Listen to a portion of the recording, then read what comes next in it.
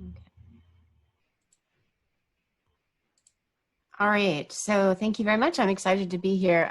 My apologies to those. This is actually an extension of a talk that I gave in April to to a research group here at DePaul. So there's a couple of people who've seen this, but good news is that it has actually changed a little bit. So you will be seeing new stuff even if you've seen this before. So as Tanya said, this is the title of this is Evaluation of a Process for Teaching Debugging to Novices. It's actually a project that I started when I went on my research leave in the winter quarter of 2020. So I was lucky enough to be able to go to Auckland in January before everything shut down to get a bunch of this work done. And so we've been actually analyzing it for the rest of the year. So my thanks to my colleagues, and I will mention them at the end of my talk. So I want to talk about some motivation, why it is that we want to look at how to teach debugging to novices. Debugging is obviously a very important process for programmers as a whole. It's an essential skill for really any programmer. And programmers typically spend a lot of time debugging. If you look at studies that have been done of expert and professional programmers, they report that at least 50% of their time is actually spent debugging as opposed to writing. So being able to be successful at debugging is a large part of being able to be successful as a programmer. Now, given its importance for programmers, it's somewhat surprising that researchers haven't focused on how to teach debugging. It's actually an area that is under-researched. If you look at why that is, I think it's in part just because computer science education hasn't really looked at how to teach debugging. So if you look at programming courses or you look at textbooks in programming, they actually spend very little time talking about how it is that you might go about debugging. So they spend time talking about syntax. Maybe if it's a really nice book or a nice course, they might spend some time talking about problem solving, but they don't really tell you how it is that you need to approach debugging. Researchers themselves tend to sit students down in front of a problem and ask them to debug it, and then look at either kind of ad hoc student learning. What do students do when they're trying to debug? What do they do right? What do they do wrong? Or what are the problems on which they struggle? So, what are the problems that they find to be difficult? And so they don't think about, how do we actually take someone from not knowing how to debug to actually being able to debug? And I think I'm not the only one who argues in the computer science education community that we need to do this. So being able to debug is important for programmers. We can't magically expect students to know how to debug. And student debugging ability actually predicts success at programming performance. So, this is an important problem, and it's something that people haven't really spent a lot of time trying to understand. And so it's really useful for us to be able to do this. I also want to say, since this talk is only about 40 minutes, feel free to jump in if you have questions when it is that you have questions. I'm really happy to take them as we're going. Okay, so our inspiration. I have a quick question. Yes, absolutely. So how did you determine that 50% of programming time is spent on debugging? So if you look, there are studies of professional programmers, so industry studies that look at what do programmers do and how do they report spending their time. I don't have the specific references, but I think there are a few in my paper, so I can certainly send them out by email afterwards. So there's been a lot of study of what do professional programmers do and how do they approach things, and it's from that literature. Got it. Thanks. Is that 50% actually a little high? Some of them find that it's actually 75%. So it's 50% is really an absolute lower bound. Okay.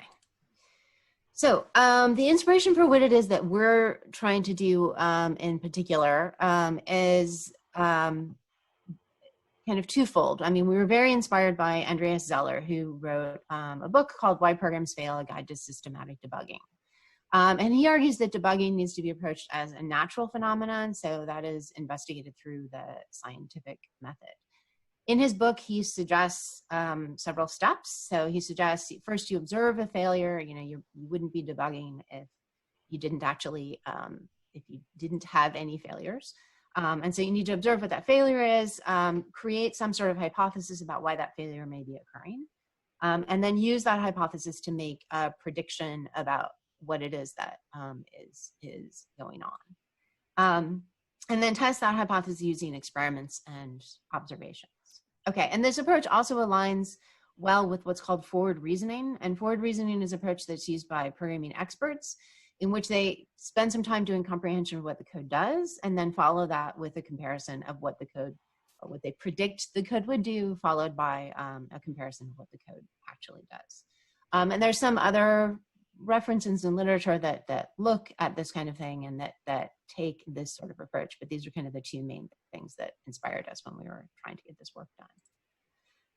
Okay, so again, as I said, this is part of a larger novice debugging project, and I'm going to focus on one narrow part of this, but I want to give you a bigger picture of what we did. So what we did was to create a debugging process specifically for novices or near novice programmers. And then we wanted to evaluate that process in an introductory programming course. So we went and taught the process to some students who were enrolled in a particular course. And then we wanted to try to evaluate how effective that was. And we actually did several things for that. So we actually asked the students in this course to complete a lab where they followed our process and were taught our method and then asked to use our method on several problems. And then we invited some volunteers from that course to come in and participate in an hour-long Think Aloud protocol, in which we gave them some debugging exercises and then asked them to talk about what it was that they were doing when they were using debugging.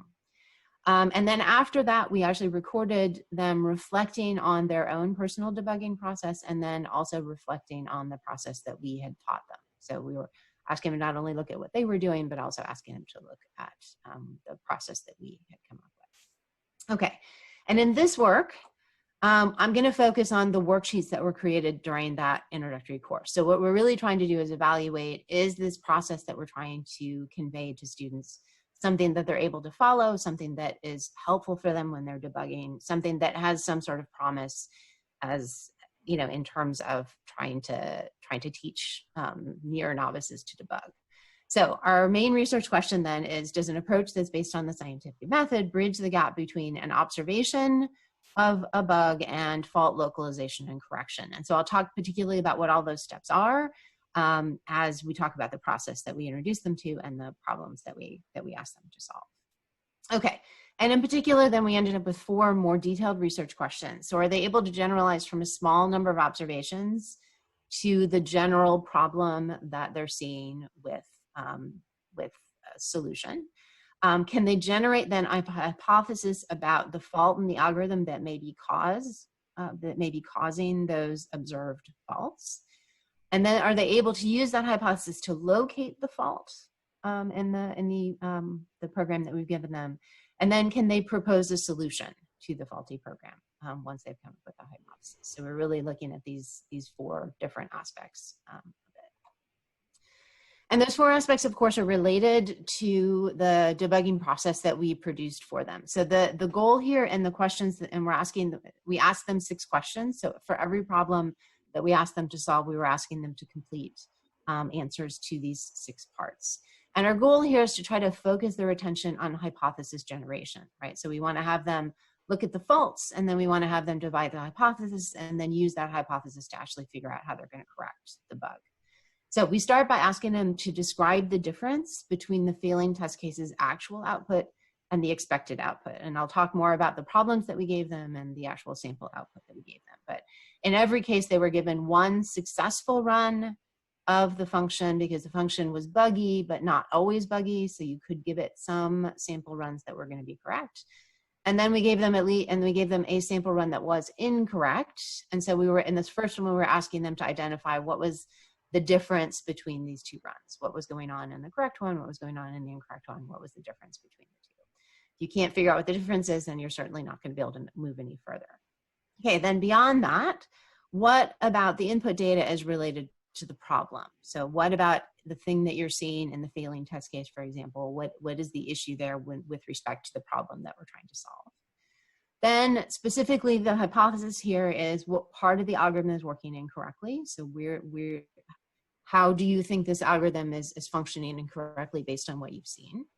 Part D was describe any additional information you would need to locate the bug and how you would collect that information. And then part E moved on to locate the bug in the code. So which lines are actually causing the fault. And then part F was explain how you would actually fix the bug. So our goal was to move them from this observation of a failing test case to eventually figuring out what it is that they needed to do to be able to fix the bug. Okay, so as I said, we came up with this process and we wanted to implement it in a particular course. And so the context for this study was the following. As I said, in January, went to Auckland, to the University of Auckland, and there they have a Python programming course. It requires some previous programming experience and does a basic recap of some Python basics followed by data structures and algorithms. So it's roughly a CS2 course, if you know what that means. So it's not the most introductory course, but it's not it's not an advanced course either. So it's somewhere in the middle. This was a 6-week class in the summer semester, which took place January to February 2020. As a part of this class, there are 20 formal labs that are conducted as 2-hour sessions. And in each of these labs, they're given 10 minutes of presentation for context, 20 minutes of paper-based activities, and then some individual computer activities that have to follow after that. And that's true for all of the labs. So that wasn't just for the labs that we were involved in. That's for all 20 labs for this. Okay, and the 2 labs that are relevant for us, there was a testing lab as the 3rd lab of the course, and they were given some simple programs and asked to generate test cases. And then interesting for us and where we actually did our work was in the debugging lab, which was the 5th lab of the course. So what we did was go into that lab and introduce the students to our process. And this was done by 2 of the 3 of us. So we actually got up there, showed them the process, and then did a worked example. So we had an example of a very small program that had a fault in it. And we showed the successful test case and the failing test case. And then we went through each of the 6 steps. Okay, and we gave sample answers to each of those 6 steps and discussed why the sample answers were correct for that particular problem. Okay, and then what we did was to give them paper exercises about 3 problems. 2 of them had been seen in the testing lab. So they'd actually seen 2 of these problems in the testing lab and generated test cases about them. And again, what we did was to give them a buggy implementation of an algorithm, so describe what the problem was trying to solve, and then give them a particular solution, but a solution that had 1 bug in it. And then give them a test case that actually ran successfully and a test case that failed. Now, in this talk and in the paper that we ended up writing, we only are focusing on the last 2 problems of the 3 that were given in the debugging lab. Part of the reason for that was the first one was actually a dictionary problem, and students seemed to have a lot of problems with dictionaries in Python. And we didn't expect that. We weren't expecting students to be that weak in dictionaries. And it kind of hindered our analysis a little bit of the debugging process itself. So we focused instead on the 2 problems that had actually been given in the testing lab. So those are problems that they had seen before in the testing lab and the problems that they were then again seen in the debugging lab. Hopefully that means then that they have a little bit more context for it. There's probably a little bit less cognitive load because they've actually already seen those problems before. Okay, so what problems were they? The first problem was a file processing problem. So they were told that we are giving them a function that is supposed to find the largest numeric value in a text file. And the parameter represents the name of a text file. It contains non-negative floating point values and integer values mixed up. The format of that is arbitrary, so we can have any sort of format of that, but it only contains numbers. If you look at this solution, what it's first doing, of course, is trying to open up the file, and if it can't open up the file, then it's just returning a sentinel value. If it can open up the file, it's actually reading it using read lines, which means that we're going to get 1 line. We're going to list of strings, 1 string per line. Then we close it out, and then we have a loop that's trying to find the largest. Now, the failure here is if you have a file that has more than 1 number per line, which was certainly allowed by the description that we provided, then what happens here when you try to do the cast to a float once you're moving through the lines in the file, you're going to have a string that has more than 1 number in it. And when you try to cast that to a float, that's going to fail. Okay, so the successful test case was a file that only had 1 number per line.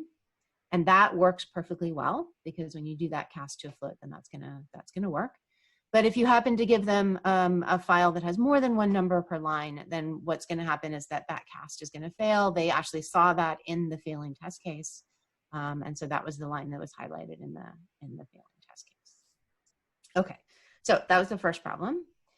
Second problem was the rainfall problem. The rainfall problem is known fairly well in the literature as being a problem that is difficult for students to solve. Okay, this is something that's been studied for about 15 or 20 years, and it's been documented as being something that's difficult for students to solve. This particular version was a version that had a bunch of different methods to be able to solve it. So the input for the problem is a file that has lines.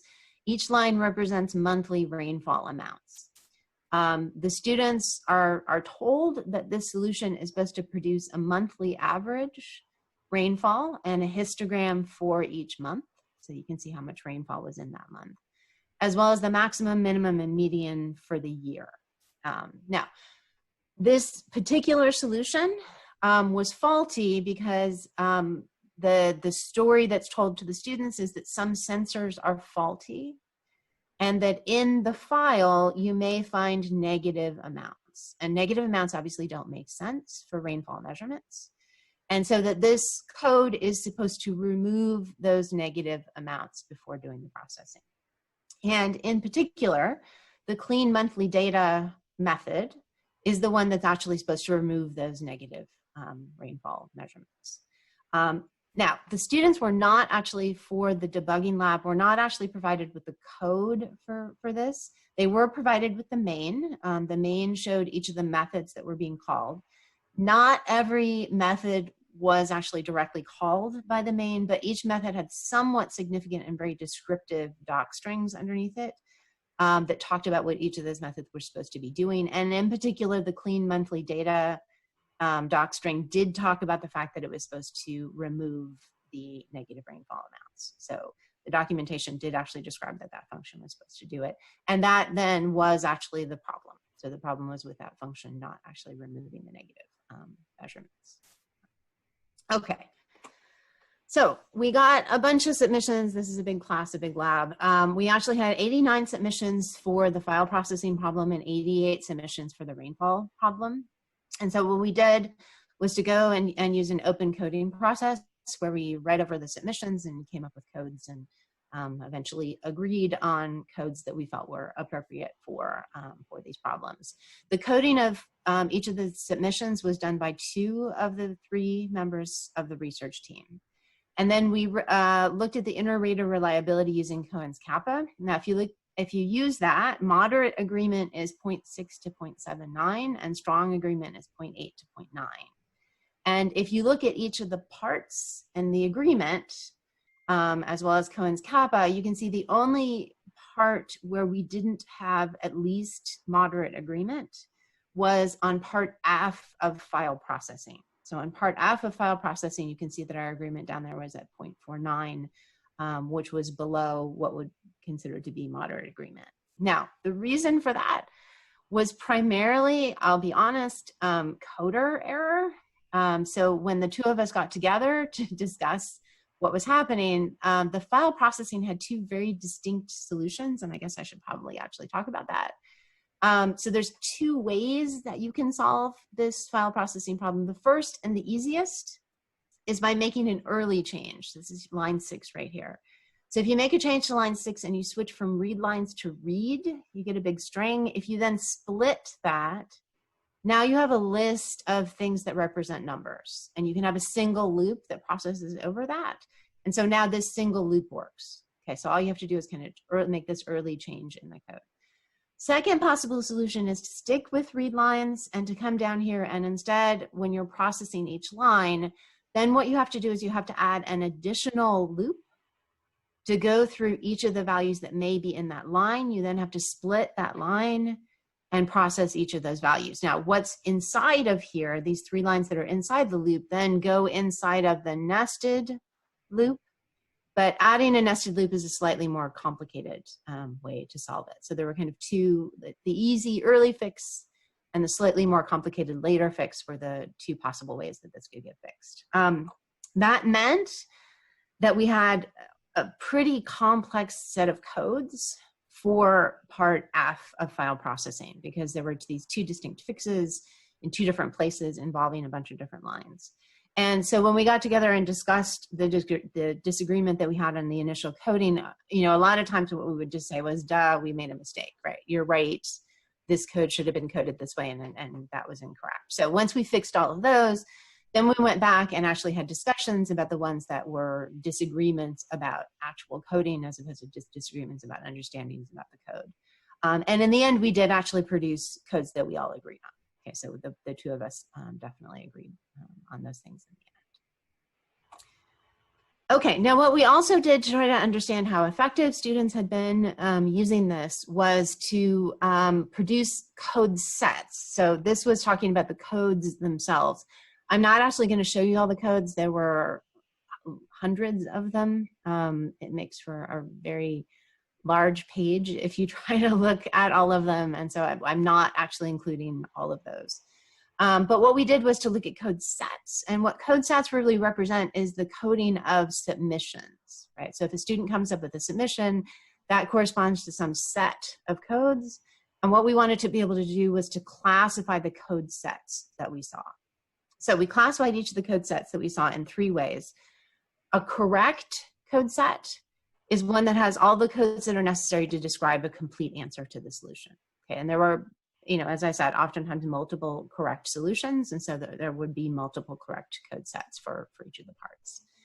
A partially correct one typically had some of the codes that were necessary to describe the answer to the problem, but were lacking in one or more codes that were associated with the correct answer, or might include a code that represented some sort of problematic submission. And then incorrect ones might have included a code that was associated with the correct answer, but more often than not had a lot more problematic codes that were associated with it. So on balance, there were more problematic codes in that code set than there were ones that indicated a solution that was addressing the question. Okay, now again, review the process. So there were these 6 steps, and part of what we're coding then is the solutions to each of these 6 steps. So the difference between the failing test case and the expected, how does that relate to the problem? What part of the algorithm then is working incorrectly? What additional information do you need? Locate the bug and then fix it. Okay, so these are the parts that we're trying to look at.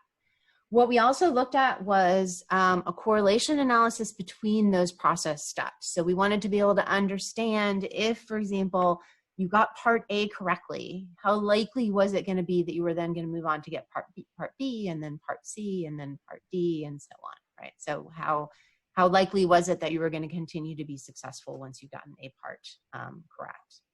So we looked at the analysis between process steps using pairwise Kendall's tau B because we had non-Gaussian distribution and a presence of ties. And so we wanted to look both at positive and negative correlations. So I'm going to show you charts in a little bit. And in these charts, the positive correlations are in blue and the negative correlations are going to be in red. And I'll explain this again when we get there. The significant levels are the standard ones. So a single asterisk is a significance of 0.05, 2 asterisks is 0.01, and 3 is 0.001. Now, part D, you'll remember, is describe additional information you need to locate the bug. This was particularly problematic in our process. Okay, so when it looks at the correlation, we actually omitted it as a result. And I will talk a lot more about part D and what we felt the problem was with part D. But when we were actually looking at the process steps, we needed to omit it so that we could have anything that made any sense. And I'll explain why that is in a bit. Okay, so let's look at file processing. This is talking about the code sets and the correctness, the percentage of code sets that were correct. So if we look at research question 1 is really looking at parts A and B. So what's the difference between the failing and the successful test case? And then what's the relationship between that and the problem? So are they able to generalize from a small number of observations to the general problem? So if we look at part A for file processing, fewer than we hoped gave a completely correct answer. Only about 20% gave a completely correct answer in terms of identifying what was the difference between the failing and the successful test case. But 65% of them gave a partially correct answer. So about 85% of students were giving us at least a partially correct answer when it came to what's the difference between the actual and expected output. Excuse me, Amber. Mhm. Can you go back a couple to the slide that had the different parts Mhm. so that I can take a screenshot of it and remember them when you're talking about what they are? Absolutely, go for it. I did it. Okay. So, so part A there, what's the difference between the actual and expected output? Again, 85% of them are at least giving us a partially correct answer. Although, you know, I'll be honest, having only 65% of them give a partially correct answer is a little disappointing. Now, surprisingly though, from there, the relationship between the failing test case and the problem, 86% of them gave a correct answer and 3% of them gave a partially correct answer. So even more of them were able to say they weren't always able to exactly describe what the difference between the actual and expected output was, but they definitely were, for the most part, able to say what is the relationship between that failing test case and what's going on in the problem. Now, if we move on. What is an example of a partially correct answer for part A? So if we're looking at a partially correct answer for that, that would be, for example, something, so you mean on part A, where we're trying to identify the difference between the failing and the test, Yes. test case. So for example, I might say that the failing test case gave an exception. And well, that's true. That doesn't exactly describe what the difference is between a successful test case and a failing test case. Yes, the successful test case didn't give an exception, but you know, it's really what was the exception, right? What was the exception? What was the exception talking about? So we really wanted to see a little bit more information than that. So they were identifying a small part of it, but not all of the information that we wanted them to give. So Amber, just clarification, when they see the exception, do they read the message that is provided as part of the failing test case? Yes, so we gave them exactly what they would have seen in the IDE. All of the information they would have seen in the IDE. They had the code. I believe we actually had line numbers on the code so that they could actually see what the line numbers were. Yeah, so this is an indication messages are absolutely useless. Well, I mean, and there's a whole separate body of research that talks about the fact that, you know, the information that IDEs give to students is not something that they can effectively understand. Mm-hmm. So there's a whole separate line of research that looks at that.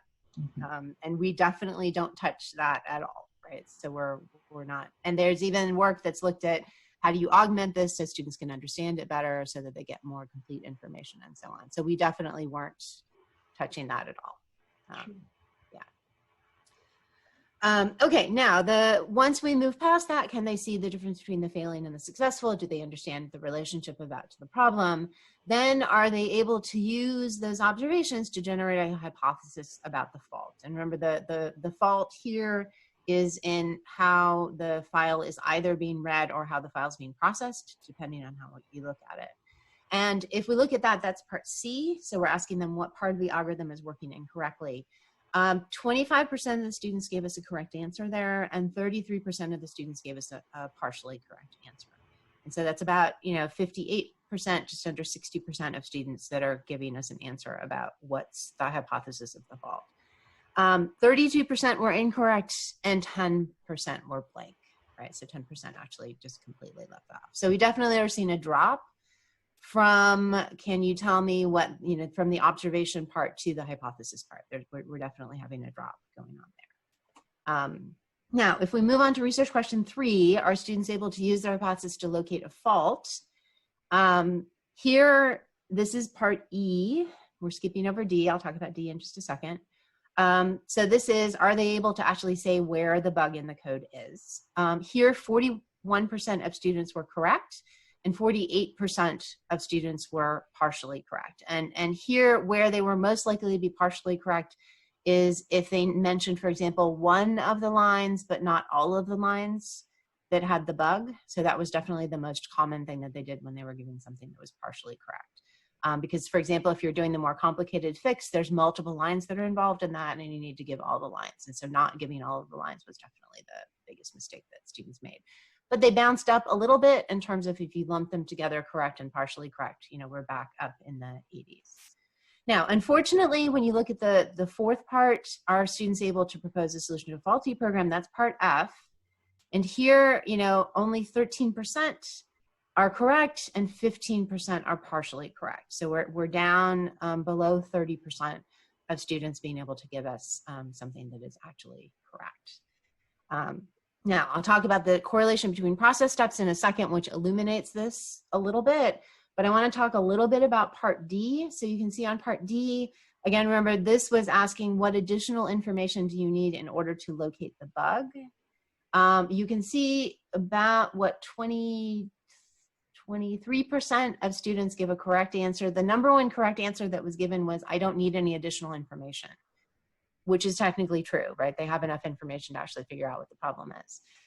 You can see that there we actually had about 10% of them being blank. And then partially correct or incorrect. This was just something that was, I'm sorry, 40% was blank. I'm looking at the wrong one. 40% was blank.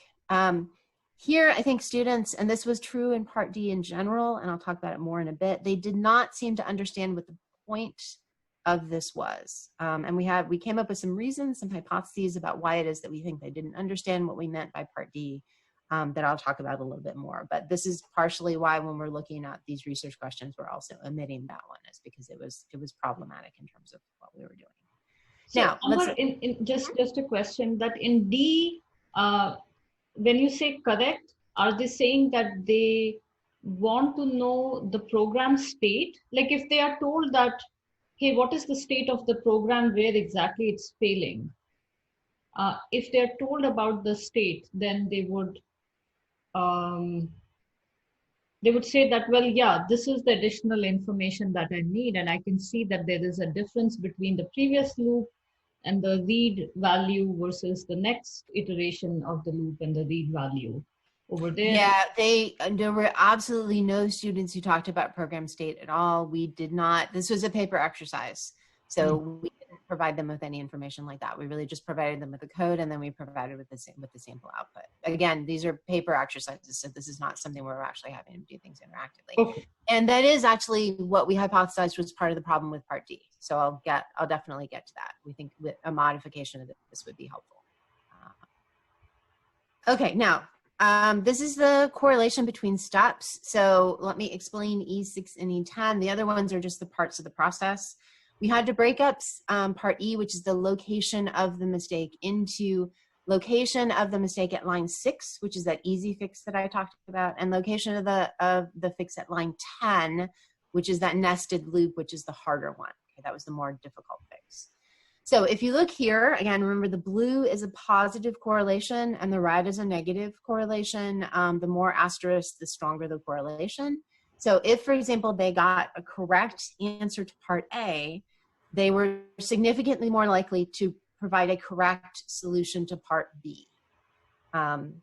If they got a correct answer to Part C, they were significantly more likely to get a correct answer in locating the bug on line 6, and then also more likely, although slightly less strongly, to be able to propose a successful fix.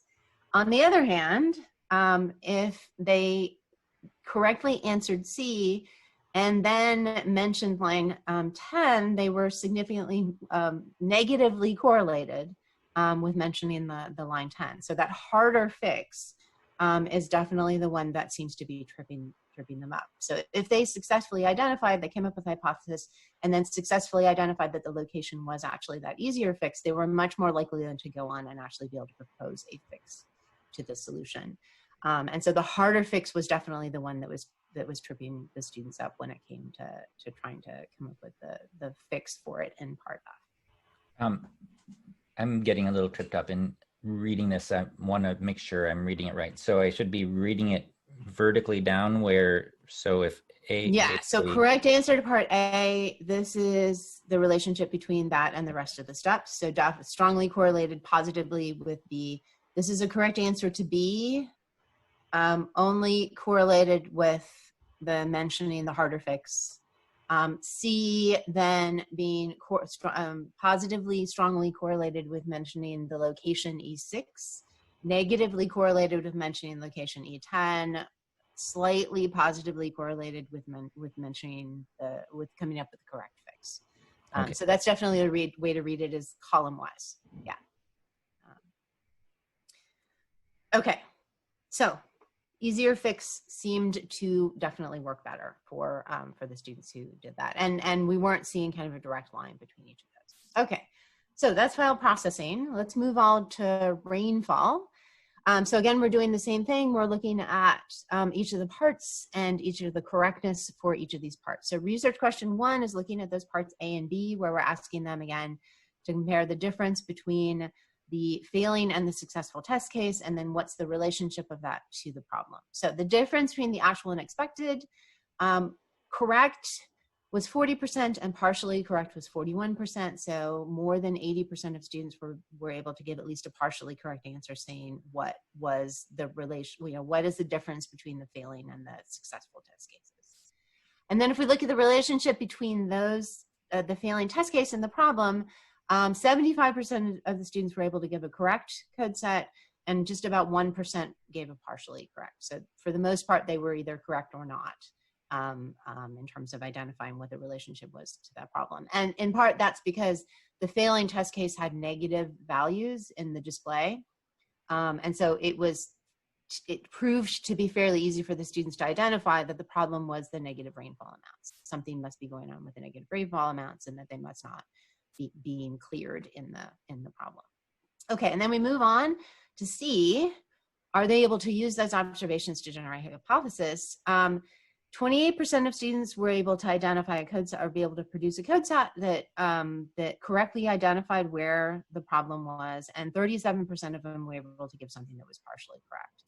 So we're talking about roughly 60% of students were able to do that. Moving on to the next one, are they able to locate the fault? This is jumping down to part E. 34% of them were able to find the correct location, only about 2% partially correct on that. So where is the problem? They were only about 35% of them were able to say that. And then proposing a solution to the faulty problem, only 14% of them were completely correct, and 32% of them were partially correct. Now, one thing that I think you notice, question, yeah. What is the correct, if you can't see the code, how do you propose the correct solution? So remember that here they have very descriptive doc strings that are saying what each of the functions are doing. They had also seen this in the testing lab. So they'd actually seen the complete implementation of this in the testing lab. Now in the debugging lab, they only had the doc strings. So they did not have the complete code in front of them. But the doc strings were describing what each of the functions should do. And the only doc string that described removing negative values was the function that was the problem. So yes, I mean, part of the issue was they didn't have the code in front of them. So some of the students, for example, on part D, which I'm going to talk about in just a second, said, I'd like to see the code, right? The additional information I'd like to have would be to see the code. And that is part of the almost 25% of students that we marked correct. So, we gave that as a correct, sure, you would want to have that additional information to be able to identify it. But they certainly had documentation, and they certainly had seen it previously. So yes, we have that. Okay, and then could they actually propose a solution? Again, fixing the bug, 14% perfectly correct, and 32% of them were partially correct. Now, one of the things that you'll notice the difference between Rainfall and the file processing problem is the number of blanks. So if you look, for example, the number of blanks, those are the yellow bars that we're seeing in here. There were a lot of blanks on the Rainfall problem. Okay, and we're going to talk more. I mean, I'll talk more about that in a second. We came up with some hypotheses about why we were seeing so many blanks in the Rainfall problem. Again, on part D, you can see the number who are giving correct things are, again, very low in terms of that. So again, we felt like part D was a problem both for the file processing one and for the Rainfall problem. And so real quickly, so the correct solution to that was simply fixing that negative. Fix clean monthly data, right? So fix clean monthly data is here. Now they don't have the code, so they can't be giving us a specific code suggestion, but the idea was fix clean monthly data so that negative rainfall amounts are removed, right? And so any sort of description of it that talked about removing or omitting or ignoring the negative rainfall amounts in clean monthly data was marked as being correct. And then partially correct was, for example, talking about removing negative rainfall amounts, but not saying where, or saying where the problem was, but not saying exactly what you had to do. So, you know, I mean, we coded it based on the information that they had, right? So if they, you know, we could not expect them to give us Python because we weren't actually giving them the code that was there. Okay, and if you look at the correlation, again, this is the correlation between process steps, and you read in the columns. So if they got a correct solution to part A, they were significantly more likely to get a correct solution to B, and then actually less significantly, but still significant, move on and be able to come up with a hypothesis, locate that bug, and fix it. Okay. If they got part B correct, then all of those things improved. So they were now much more likely to come up with a hypothesis, to provide a location, and to be able to provide a fix. Part C, if they were able to come up with a hypothesis, they were significantly more likely to be able to locate it, but then we didn't see a significance in terms of the fix. So in general, students who were able to get part A or B were much more likely then to go on to be able to actually successfully solve the entire problem.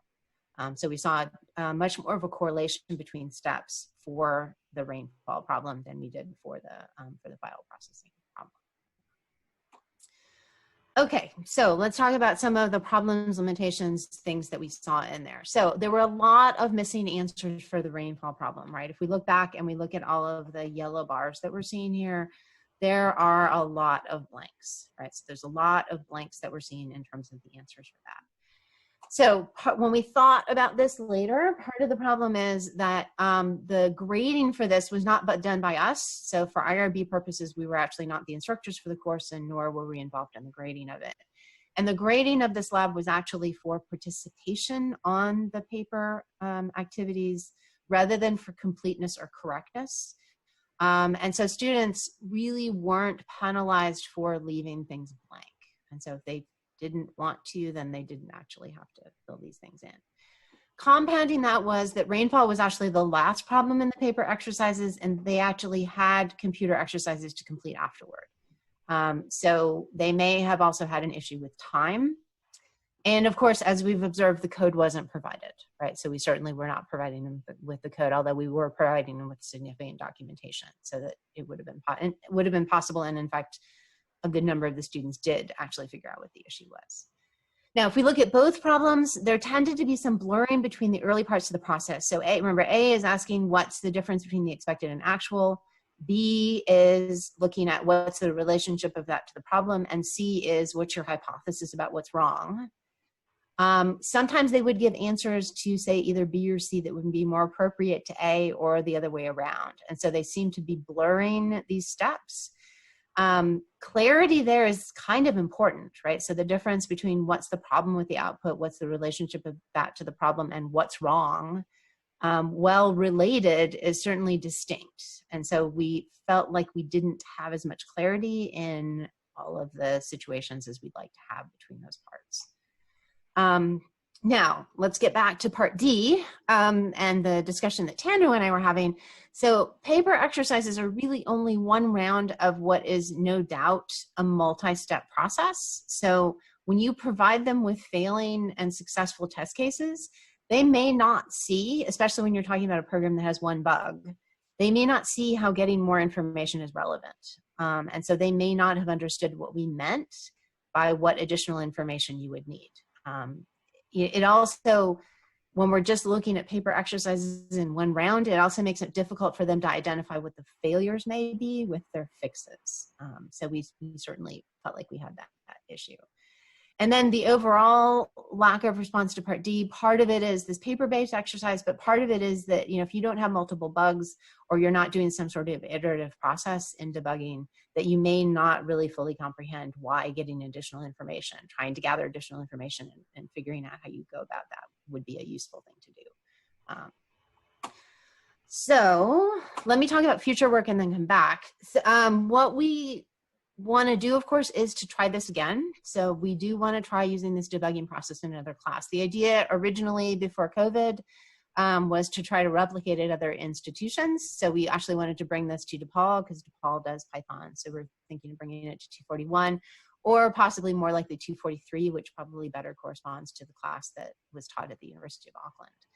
We also were thinking about shifting part of the process to interactive exercises. So doing the bug symptom and identification part on paper. And then when it comes time to proposing a location and a fix, having that be more interactive, and then bring in part D perhaps later, switch it to later once they've seen that their fix doesn't work. Okay, now what additional information do you need? How do you then go about gathering that information? And then what do you do with that? So trying to turn this into a more interactive process. And then also understanding, is it helpful in other contexts? So if you have a problem with more than one bug, if you have a problem with more than 2 possible fixes, how do we understand that, right? How does that become something that's important? Okay, and then some related work that we've already looked at is the student reflections on their own debugging process. So after they went through this in the class and filled out all these papers, we recruited participants to come and do a think aloud, and then we asked them to reflect on it. So we've analyzed the reflections. Disappointingly, a couple of weeks after being introduced to this process, almost no one reflected and said, yes, they recalled the process. So that was, you know, as researchers, that was teachers for that matter, that was a little bit disappointing for us. When they describe how it is that they approach debugging, they tend to focus on very low level activities. So for example, location of print statements or doing code tracing, rather than high level activities, things like reducing the search space or forming hypotheses. They also don't describe themselves as doing code comprehension. So trying to read code, understand what it does, trying to hypothesize about what happens. The students who were most likely to talk about debugging as being inefficient or time consuming were also the ones that were least likely to describe themselves as taking a methodical approach. And disappointingly, the ones who described processes that were ineffective, so for example, location, like really low-level activities and inefficient processes, were also the least likely to mention they wanted to change how it was that they were doing debugging. So we found that to be a little bit discouraging. It also elicited a lot of emotional reactions. So students are very emotional when it comes to debugging. So we definitely saw a lot of that. Now, the only good news that we kind of took out of all of this is that a couple of the students got stuck when it came to debugging, and we actually provided them our process during their debugging. And those students, when they reflected on it later, perceived our process very favorably. So they really felt that the process had actually been helpful for them when they had gotten stuck and then used the process to, and a lot of times they hadn't even successfully completed the debugging, but the process really was viewed much more favorably by them when they had gotten stuck and then had a chance to be able to use it. Okay, and then future work, we still have those Think Aloud protocols to analyze. They have about 12 of them, which is about 12 hours of stuff that we have to try to analyze. And so that's what we're going to be doing with the rest of our 2020, is trying to look at that. And there we're really trying to look at what are students actually doing. So the reflections are, what do they think they're doing and what do they think about it? And what the Think Aloud protocols are really telling us is, what are the students actually doing? You know, after for the most part, they didn't recall our process, but you know, do we see any steps of our process in there? What do we see the actual things that they're doing in terms of the Think Aloud? Okay, and again, my thanks to my collaborators, Jackie Wally at AUT and Andrew Luxton Riley at the University of Auckland. And I'm done, and we have 8 whole minutes. Wow. I have a question. Would you think that maybe perhaps more of the students would be more accepting of the process if, let's say, you kind of repeatedly told them to do the process over time during the course of the class? Because debugging is a big part of any programming assignment, any programming class that is given, because what will happen is you'll write something down, you'll get it wrong, and then you'll have to debug it to get it right again. So perhaps would say the introduction of this debugging process over a collection of weeks perhaps would assist in helping students more often? use it? I mean, I think the more exposure to something, the better the students are, right? The problem here is time. Because if you're going to spend a lot of time debugging, what are you going to take out of the course? And this course has to go all the way, this course has to go all the way through algorithms and data structures.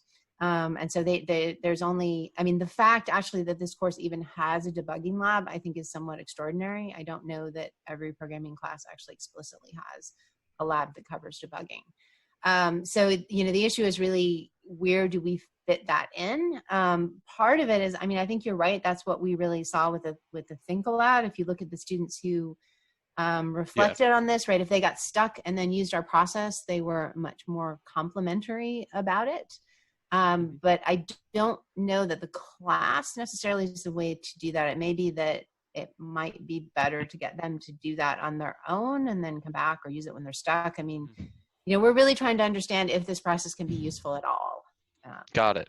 And for the like the assignments, for the debugging lab that you did, was there like just like, so like problem 1 and then it was like A, B, C, D, E, and F? So like that's how you graded? So that was for the paper stuff. So if we look at, I was just checking to see, like, say, how exactly was it like done. So on paper, was it just, all right, so just telling them to do the process and then they would just answer that question like under right, like yeah. So 1A or whatnot? Yeah, so the labs Okay. in general, and we fit in this, were presentation, which was here's our process, paper-based activities, which was the thing that we analyzed and the thing I spent all the time talking about, and then individual computer-based exercises that they went and did afterward. Right, And so cool. we're just looking at that middle part where they're solving the 6 steps for each of the 3 problems. Got it. Okay, yeah. I just wanted to double check that that's what was happening. Thank you. I do have a couple of questions, if I may.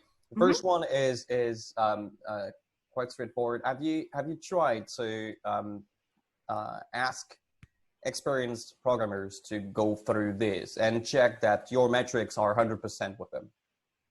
No, because honestly, we're not interested in experts. We're interested in novices. So, and I feel like the gap between where our students are and where the experts are is a Grand Canyon of expertise. And so it's not clear to me that a process like this would actually be something, I mean, it might be that experts would find it to be useful, but I don't know. And well, it's not for them to be useful. It's just to check that the metrics are, that your goal is 100%, right? So in that sense, I don't know what you mean by my goal is 100%. Well, you know, that the students would score well in each of the steps. Yeah, I mean, so we already know that this somewhat does align well with forward reasoning, right? Which is something that's been documented by others in terms of what experts actually do. I mean, we haven't put this in front of experts for sure, but I mean, we're much more interested in putting it in front of people who teach introductory programmers as opposed to experts. Sure, thank you. And a quick second question: how much do you think the errors are due to the students not understanding the actual assignment? You mean the problem or the questions that we were asking them? The problem, as in the write-up for, you know, the guidelines for the rainfall problem and so forth. I mean, it's hard to say because we weren't involved. I mean, where we might be able to do comparison is having them looking at the testing lab, which was looking at the same 2 problems and seeing how well they can, for example, write tests for that. I mean, I think, we weren't, for example, trying to measure their code comprehension of how well did they understand what this problem was doing. So I think analyzing that becomes difficult. So yeah, it's difficult to say. Okay, thank you very much. My question is, do you have any guidelines in terms of like how to create a good hypothesis so we could use the hypothesis to debug? I mean, I think, you know, probably Zeller would have a lot more to say than I would, but so, I mean, I think in general, you want a hypothesis that can be tested, a hypothesis that once you test it, you're going to be able to know, you know, yes, this is supporting my hypothesis, no, this is not supporting my hypothesis, right? I mean, it's kind of like you would treat any other scientific question, is you want to be able to have something that you can verify is working or is not working.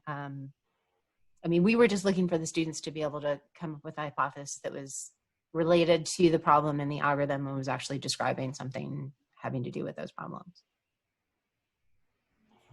Hi, Amber. As you know, I'm a huge fan of this research. This is fantastic, and I love seeing it broken down like this. The question I have is, this is really important to people teaching CS to non-CS majors.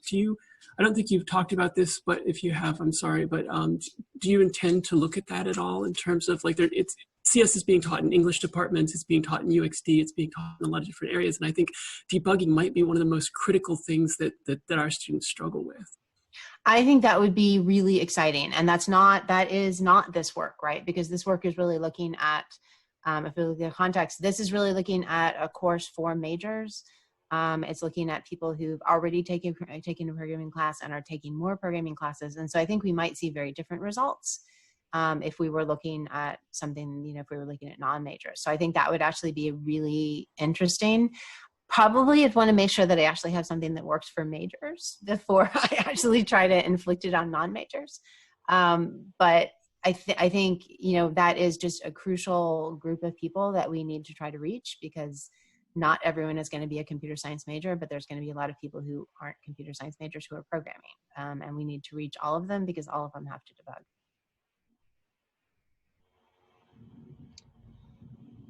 Amber, I have actually I have one question and one comment. So if I look at those square diagrams that you had, is my observation correct that yes, these ones, that if you cannot come up with an hypothesis, then answering any of the doing fault localization or determining a solution becomes even harder? It does, although because we did have students who were skipping steps, remember they would sometimes leave things blank and then answer other things, they were also working in groups, by the way. So these were group activities, and they were in kind of small groups. So they sometimes would put something down for part B or part C, but not have put something down for part A. And so that does complicate things a little bit. They may have jumped to immediately seeing the hypothesis without actually doing the other parts. But intuitively, right, if you can't identify the difference between the correct and the incorrect output, you're probably not going to come up with a hypothesis of what's wrong. I mean, so we certainly structured the process steps in what we felt like was a logical progression. But then the students, since they were in groups and since they were potentially skipping parts, complicated that a little in our analysis. Right. Yeah, that sort of seems to be coming out, and as you are mentioning that you need a little bit more data to confirm this, which also brings me to the example, which is has been slightly touched by Mike over here.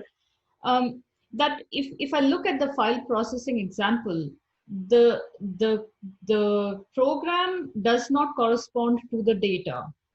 Right, I don't know how many of them actually saw the data that there was a line which was misstructured.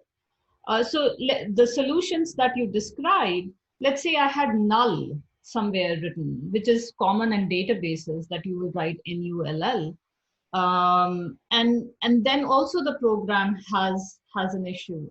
So here I feel that both the data as well as the example needs to be given to the students for them to realize that, well, the problem is a data handling issue versus that, oh, it's a problem in the logic of the program.